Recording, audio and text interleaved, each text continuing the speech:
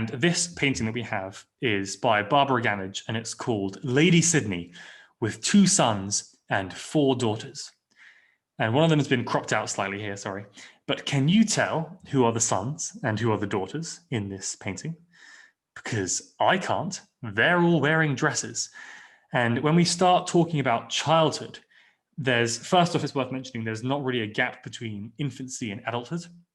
When you're about 7 years old, 7 to 9, the first signs of like you're kind of hitting puberty, boom, you're apprenticed or working in a workshop, you're an adult almost immediately. And there's this notion that children, prepubescent children, are this kind of big homogenous group with not really any gender distinction. Medically, your early childhood is kind of unsexed, is the word that they used to describe it at the time, which sounds kind of weird, but in a sense it's true. You're not really reproducing, which is a big part of being masculine or feminine, some people would argue. And it was viewed in the society of the time that there are quite a few, in early modern period, there are cultural traits shared between prepubescent children and women, which is the reason that all these kids in this painting are kind of wearing the same clothes, including the mother of them, Lady Sydney.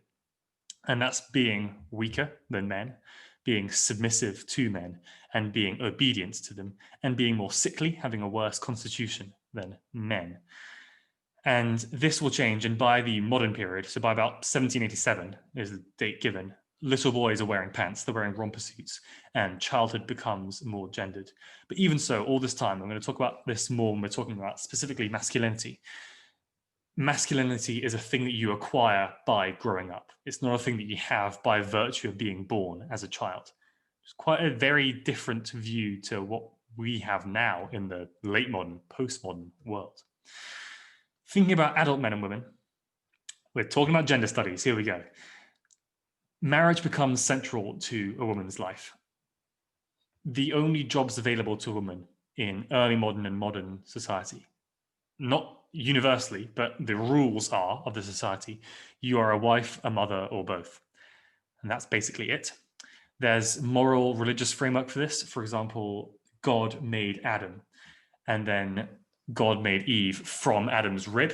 So women are seen as like a part of and subservient to men.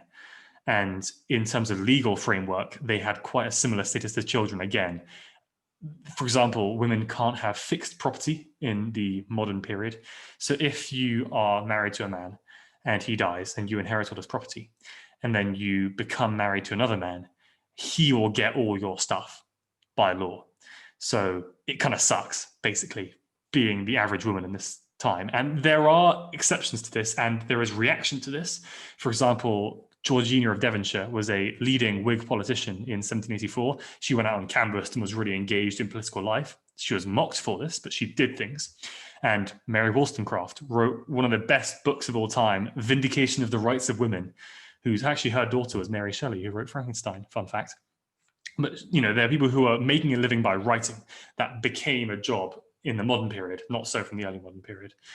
And that's kind of how women lived. And on the other hand, masculinity, Thomas Fletcher really argues, he's a historian, that masculinity is something that was acquired. For example, you grow a beard, you gain the ability to reproduce and be a man, and you gain, as you get older, wealth and power, and you become in charge of a household. Being in charge of a household is a really important part of being a man in the modern period.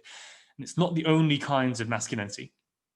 For example, Ralph Jackson, who wrote a diary that is really important for our understanding of early modern Britain, he became a justice of the peace. So you can gain political office and show your masculinity by being in charge of an area. Jonas Hanway was a massive philanthropist. So you show your masculinity by donating lots of money to charity. Isaac Newton, he found that being celibate, so not reproducing, was really central to his scientific endeavors. He famously never married, never had sex. In fact, he's quoted as saying that he would calculate prime numbers whenever he had, and I quote, sinful thoughts, which is kind of hilarious. But it's important to note that military valor, violence being tied to masculinity, is on the decline in this period. There used to be a thing called gentry militias, where when you're not in the army, you still take part in forming up a militia to defend your county if you're ever attacked. But that wanes over the 18th century dramatically. For example, in 1745, when the Jacobites invade Scotland from Scotland down into England. No one stops them until Derby, which is like 2/3 of the way down England. So the idea of fighting reduces a lot. Duels die out over this period completely. Boxing, in terms of sports, another point, boxing used to be this very loose, people just beat each other up for sport. Well, in 1745, it gets a strict set of rules for the first time. Things are being more constrained. Ale houses have always been popular in the early modern period. You drink and get drunk and fight and whatever. But in the modern period, you get coffee houses where you can discuss reason and discourse and politics because we're all nice and ordered and civil. Civility is very important. There's a rise of politeness. There's a fashion for displays of sentimentality and exaggerated emotion by the 1770s. And that is still kind of in some ways directly contradictory with other ideals of masculinity. Doing sports and being in charge of your household and being in charge of your wife, that often involves violence, unfortunately. And that shows that there are these kind of inherent contradictions to their notions of masculinity. There are still inherent contradictions to our notions of masculinity. That's the thing that survived. And finally, a little bit about old age. Firstly, when do we define when old age begins? Around the age of 50s to 60s. It's younger than we are now, but older than it had been before, maybe. It's when you start seeing the physical signs of age. There's definitely talking about getting gray hair, wrinkles. You can't reproduce anymore, for example. And when, by the time you're age 60, for example, if you're a person working the land, if you're a farmer and your local lord wants, all the local people to build a moat or something, when you hit the age 60, you're no longer liable to be compulsory labor. They can't make you work anymore. So that's kind of a sign of being old. And there is a distinction as well between being mature and being decrepit. So there's an idea that there's a good old age to have, and there's also a bad old age. And there's an idea that kind of youth is feminine and old age is masculine. That's the sort of idea. Even age is gendered. What a life we lived and still live. And there's a rise of cosmetic beauty where older women want to keep their youth down, whereas men are growing beards as quickly as possible to gain their age. But it's also worth noting that older women, while being marginalized as outside of patriarchal structures, you can't have kids anymore, so you can't be in that household unit. But what you can do is own property. If you're a widow and you're not going to remarry, then, okay, it's not fixed, but you still have property. There's a stereotype of the merry widow who has some income from working. The etymology of the word spinster as an old lady is someone who spins cloth and so can gain income by doing labor. And you kind of have to be an old lady to be able to do that because you're no longer being a wife or a mother.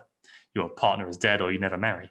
And so there's a kind of life, it's outside the norms, it's outside the society, but you can have a good time. If you're making some money, you're getting drunk, you don't have a husband to boss you around all day, it's not necessarily awful.